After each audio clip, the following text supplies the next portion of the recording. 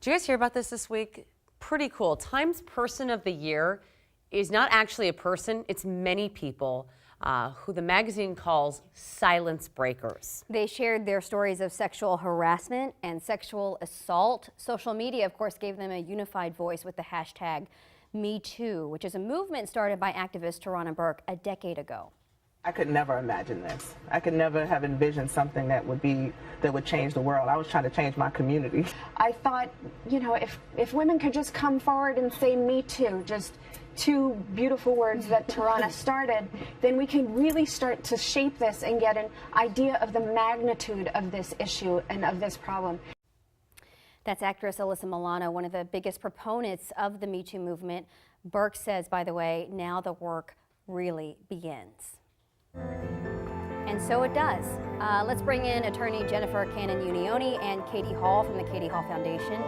Thank you so much for being here. Thank you, ladies. You know, most people understand the big sexual harassment do's and no-nos, but there are some things we might all get tripped up on every day, and that's why we wanted to bring you guys back here, you ladies back here, to continue this conversation. So how about we go through some of the questions that people can also join in at home?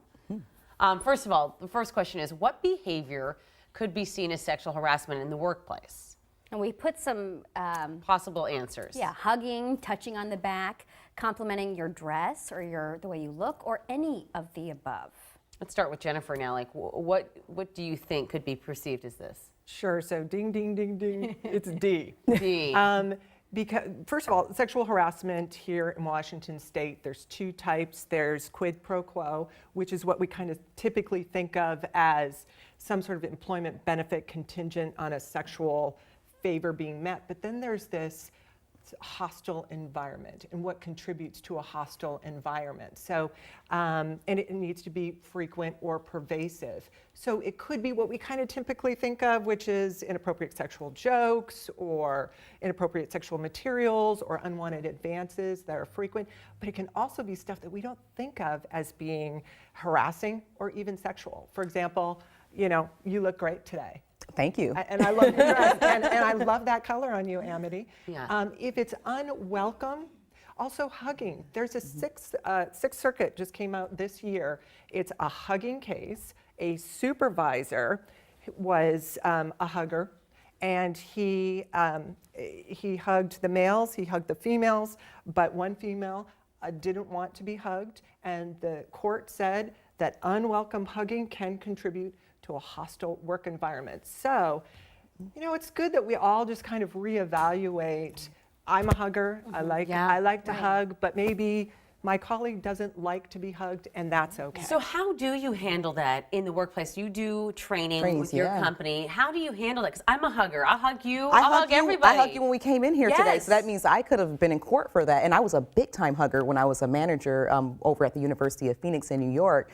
And so to your point, it's very subjective, right? And we do a lot of role plays with organizations, and I just really believe that it's really great to be more on a proactive end of things with organizations and doing more of those role plays and those trainings continuously, because not only do you get the training aspect of it, but you also learn a lot about your coworkers and what their do's and their don'ts are as well. I do want to move on to the next question, but before that, you know, a lot of people are saying, like, so what? I can't compliment you on your dress anymore. I can't say that you look good. What are you supposed to do when someone says that to you and you don't want them to say that to you? Do you say, whoa, whoa, whoa, I don't want to be complimented today? Yeah, I mean, how are you supposed to, how are you supposed to respond to that? You have the conversation. I believe you just truly have that conversation with that person, and you let them know. And sometimes it might be appropriate to have the conversation right then and there, but you might need to take a moment to figure out how you want to approach that person. And that's the scary part about sexual harassment in the workplace, is because it can be so subjective.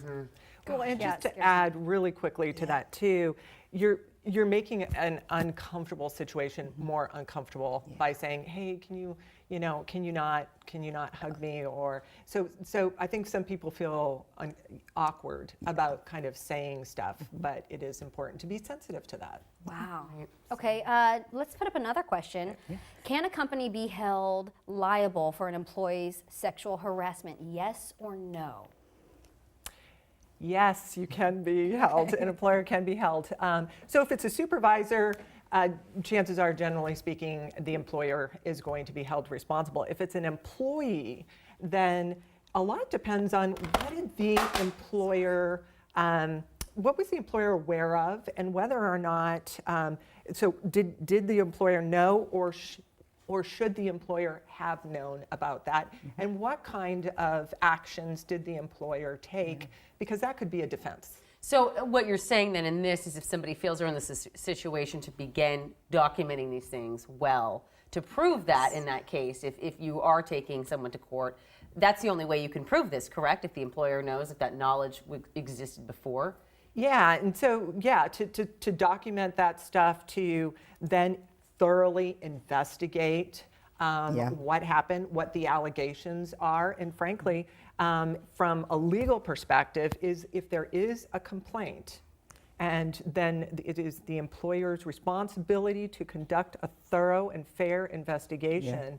And if there's credible evidence that there was some sort of sexual harassment that occurred, then the accused should probably be terminated. So when it comes to you, when you're dealing with companies, I mean, is this the type of thing you bring up to them and saying, this is why we need to be talking about it? Absolutely. I'm happy that you hit on that, because this is the reason why it's so important for organizations to be on the front end and be proactive. And Jennifer and I, we have had a few conversations, and we even talked about in the state of Washington how those trainings are not mandatory here. And I've actually spoke with quite a bit of organizations since Sunday. They actually reached out. Swedish Medical Group reached out. Seattle Police Department, we talked. Wonderful. As well as who was the other one?